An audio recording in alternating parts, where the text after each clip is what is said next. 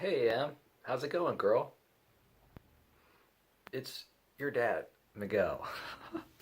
All right. I just got home from work. In fact, I also just got home from the gym after work. And so I'm pretty blissed out from all my working out.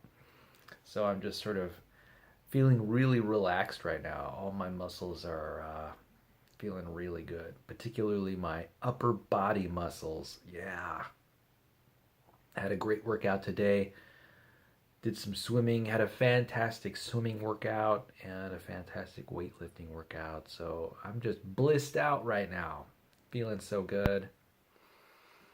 So let's see, today is the 4th of September, 2018, and the time is approximately, let's see, what is this? 6:25 p.m. And I don't know if you noticed this, but I actually have some sunlight that is streaming down the side of my face. The reason is because I'm filming during the daytime. Usually I film at nighttime. And, the sun is going to go down in a short time. I'm just a little earlier today. I figured I'd finish up this video sooner. Anyway, that explains the light. I've got sunlight streaming in through my curtains. So we'll just have to live with it. Speaking of living with it and video, the technicalities of video, I'm expecting my new video camera in tomorrow. So there is a chance, a remote chance, but a possibility that in the near future, within the next day or two, I will be creating videos using brand new video equipment. So amazing. I think I'm looking forward to that equipment transmitting video at 1080p, which is a higher resolution than what I'm transmitting now. I think it's 720p. So that'll be nice. I'm improving my technology. Okay. So I've got my handy dandy clipboard, and on my clipboard, the first subject is peaceful living. That's right. I'm going to read from my book, Peaceful Living. Today is the 4th of September, so we'll go there and see what we've got. Aha, September 4th. Are you ready? Here we go. So, September 4th says, whenever you have seen God pass, I'm sorry. Did my subconscious go into that? All right, I'm going to try to read that quote the right way. Whenever you have seen God pass, mark it and go and sit in that window again. By Henry Ward Beecher. I'll say that again. Whenever you have seen God pass, mark it and go and sit in that window again. I wonder what that's about. Mary McKinsey talks a little bit more about this passage. She says, shedding light on what works. What works in your life right now? What do you enjoy? Notice what you have done to make this area of your life a success. Can you use the same principles to shed light on another area of your life that you would like to change? If a strategy works, take note and do it again. So much of the time we focus on what doesn't work, but there is just as much wisdom in noticing what does work and why. This awareness serves two purposes. It allows us to clarify how we currently meet our needs, and it allows us to feel gratitude for the aspects of our lives we enjoy. When we do this, we shift our attitude towards success and celebration and experience both relief and joy. Notice what is working in your life and how you manifest your success. Then find ways to use this information to create more joy. That sounds like good advice. So notice what is working in your life. Yeah. and do more of that instead of, say, focusing on what isn't working, which we tend to focus on a lot. And she was saying there is just as much wisdom in focusing on what is working than what is not working. I think that's true. Yeah, sounds true to me. There might even be more wisdom in figuring out what is working and following your bliss. Yeah. So, my question to you is, what do you think is working in your life? Well, to answer that question myself, what is working in my life? Well, what is working is my daily my workouts at the gym. Yep. Work is working out. Okay. Um, my circle of friends, that is developing pretty well. It would be good if I spent a little bit more time developing those friendships. What else is working well? School seems to be working out okay, although I've got a lot of homework to do tonight. That's part of the reason I scheduled this video when I did. I wanted to make sure I had time enough to do my homework this evening. I've got class tomorrow. So what else is working? This video blogging is working. I'm loving video blogging. I want to do more of video blogging. I want to do more of reaching out to you and relating in any way that I can. And this is part of that project. Yeah, it's working. It's working. It's capturing my interests. It is energizing me. You know, I've got energy around this idea. I'm willing to commit resources, time, and money. So it's working. At least it's working for me. According to my own judgment, it seems to be working. So I'm glad that I've got the energy and time to pursue what seems to be working. Yeah. You know, it's funny, that focus on what isn't working, you know, sometimes you can readily find a solution and work it out, and that time focusing on what was not working pays off. But sometimes it doesn't pay off. Sometimes you're just wishing that things were better, hoping that things would be better, and trying to creatively think of ways to make it better, even taking steps to make it better, and not getting very far. I know how that feels too. Yeah. Sometimes it's hard to make progress on problems. You know, that's when you got to do other stuff. Distract you from the main problem and just go dancing. Take a break, read a book, watch a YouTube video. You know, you can only work on a single problem for so long. And then a lot of your creative ideas just peter out, so to speak. Yeah. It's about perspective taking. And, you know, to take a different perspective, you often have to change what you're doing. Yeah. So that was the peaceful living passage. All right. Let's see what else have I got going on here today. Well, the second topic on my list is this idea of feeling misunderstood or wanting to feel understood. You know, I think that is partly why I'm interested in video blogging, because I want to feel more understood. And you know, I try to convey information through letters and text messages, but I think that's inadequate. I need to convey a lot more information. That's right. Information in my voice. Information in my facial expressions. Information in my nonverbals. I think what would be helpful is that if I transmitted more information in the form of video content, I think I could make a lot more progress, avoid being misunderstood, and just get more understanding across. Wouldn't that be nice? And I also have a suspicion that on some level, Emily, you may feel misunderstood. Oh, yeah.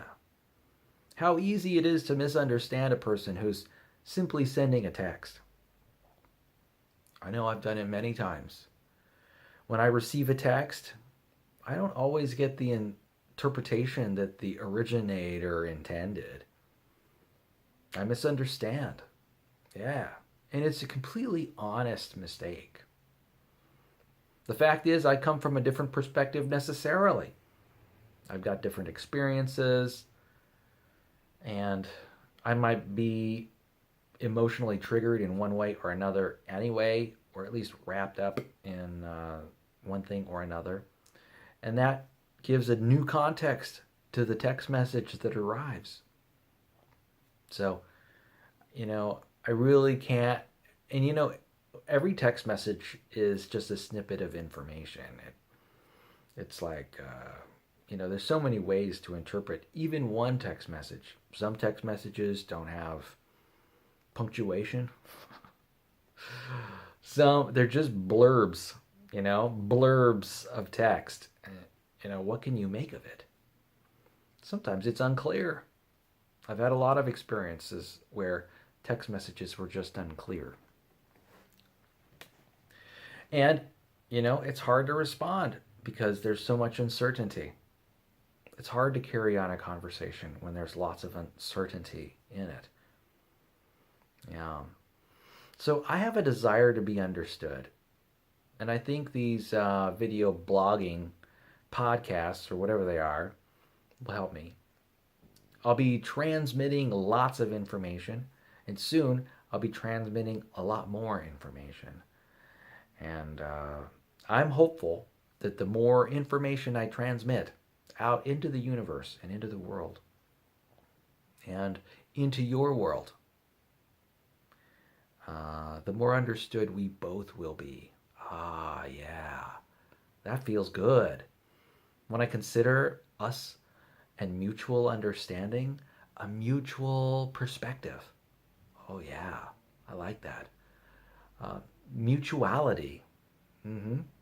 Yeah, mutual understanding, mutual perspective. That sounds really good. That sounds really satisfying. I like this idea of knowing where the other person is coming from, knowing that other person's world. Like I can say, "Oh yeah, I know," instead of being so uncertain. Yeah, that's what I long for. I long to be understood. I think that's true for humans in general. We want to be understood. I know when someone asks me a question, I feel honored to answer it because it's a chance for me to be better understood by someone else. Yeah, there's something powerful about that, about responding to another person's query or question. Yeah.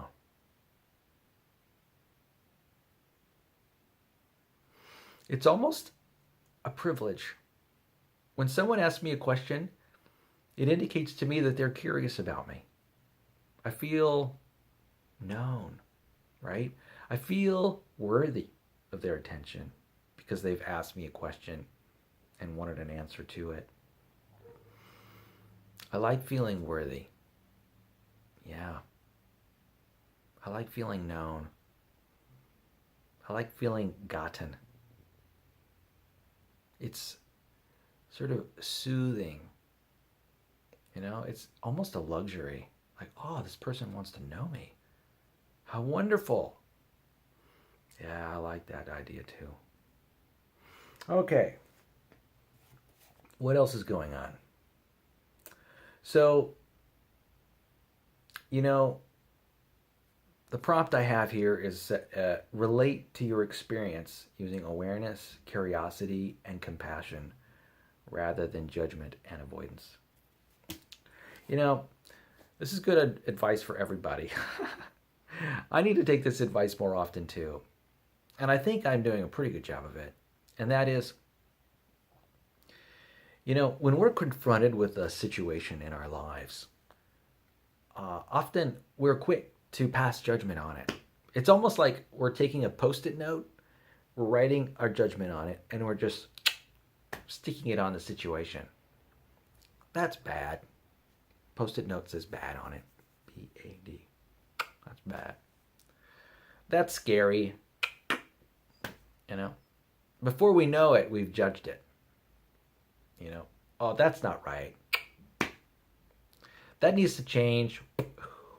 We throw our Post-it note on the situation. It's so easy to make ethical and moral judgments. Oh, he did the wrong thing. So we put these Post-it notes on people, Post-it notes on events, even before we even consider what's happened. Yeah. It's like premature judgment. And once we've assigned meaning to a certain situation or person, it's really hard to change it. If someone seemed to say, oh, that guy's untrustworthy, what does that person who's untrustworthy have to do in order to change the meaning that you've put onto him, that judgment that you've put onto him? It might take years for that person to gain your trust again after that label's been put on, Or it would have to take some really unusual, one-of-a-kind circumstance to bring you to trust that person again. So, when you place a judgment on something, a person, a place, or a thing, or an experience, or an event, that's serious business. And it's also serious, people could place judgments on themselves. Oh, I'm so stupid. Bonk. Put a Post-it note on my forehead, right? Or I'm an idiot. Bonk. Yeah. What purpose does that serve?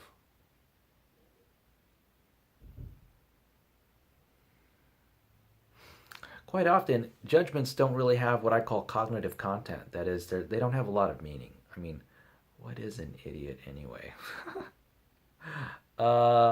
Is it defined somewhere? Is there a technical definition?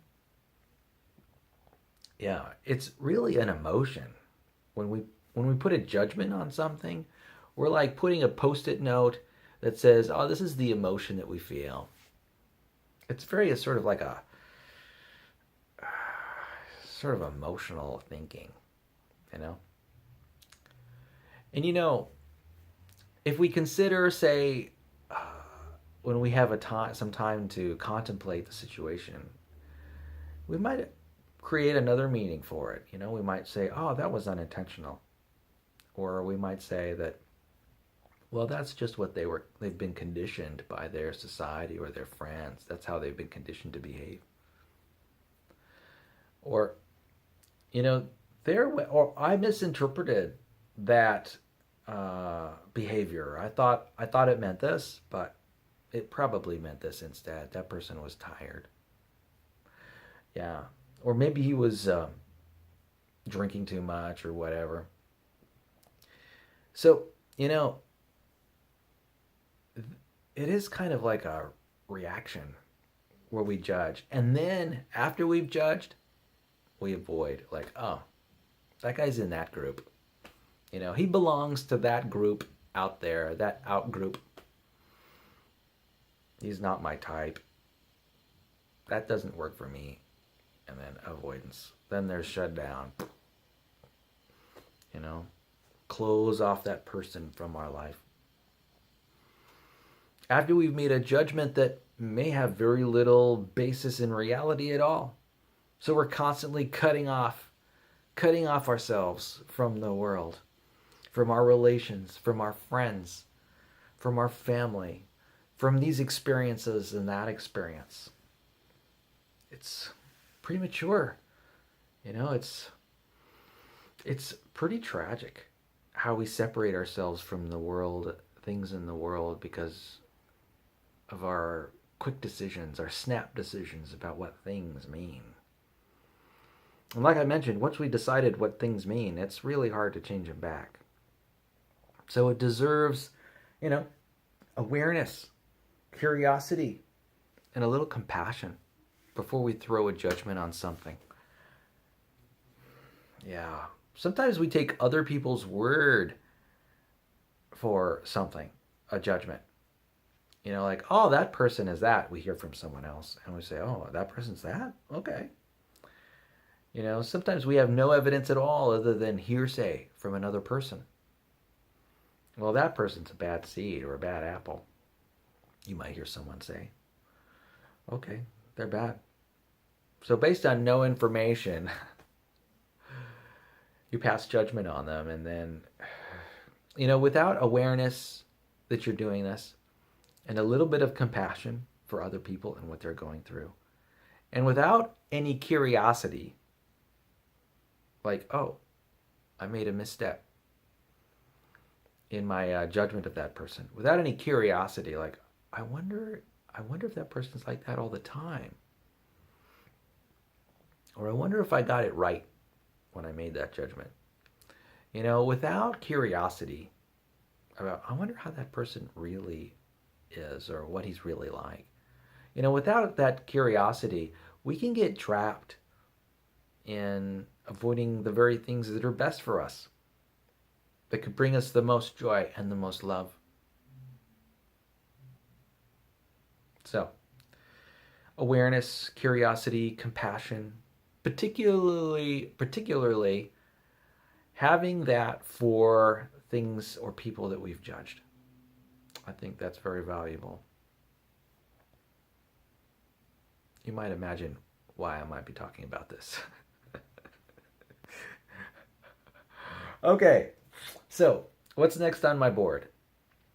The excitement of testing new behaviors. So one of the great things and one of the terrible things about being a human being is that we don't know what's going on. We have a sense of what's going on, but we're not entirely sure. And we think that our behaviors connect with our external circumstances in some way, but sometimes we're unclear about how that might be the case. And so because we don't know that much, I think we ought to be continually testing new behaviors and seeing whether the results are good or bad, whether the results work for us or not. Yeah, it's about being courageous. Let's try something different, right? Why not? And there's so many parts of our lives to experiment with different behaviors and take account of the results that sometimes we get confused and scattered. And sometimes we act in a certain new way, has a beneficial effect, and we don't catch it. I think it's important to continually be testing new behaviors and taking account of that behavior's results. Yeah. And that way we can basically ensure that at least we're trying to get better results and solve the problems that we have. It's about being creative. It's about being ambitious. It's about being courageous. It takes courage to do new things, to try new acts, mental acts, behavioral acts. A thought is an act. It's a mental act in my mind. So, behaving in a new way might be as simple as changing your perspective. What if I changed my perspective? What if what I thought was hard, what if I decided it were easy? What if I just made it as easy as I can? I could shift perspective by saying, oh, this is bad. This is a bad situation. Oh, man. And then shift perspective and say, this is the most perfect situation. How lucky are we to have it? experiment with the change in perspective and see if you get anywhere. You know, why not? Perspective is where it's at. That's what determines successful people versus unsuccessful people quite often. Anyway, I'm running out of time, and I'm really happy to have spoken with you today. And I think we touched on some really interesting subjects. I might touch on them a little bit later.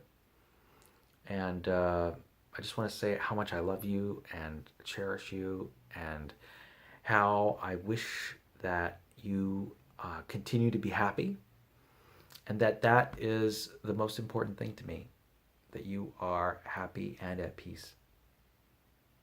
I love you, girl. Bye-bye.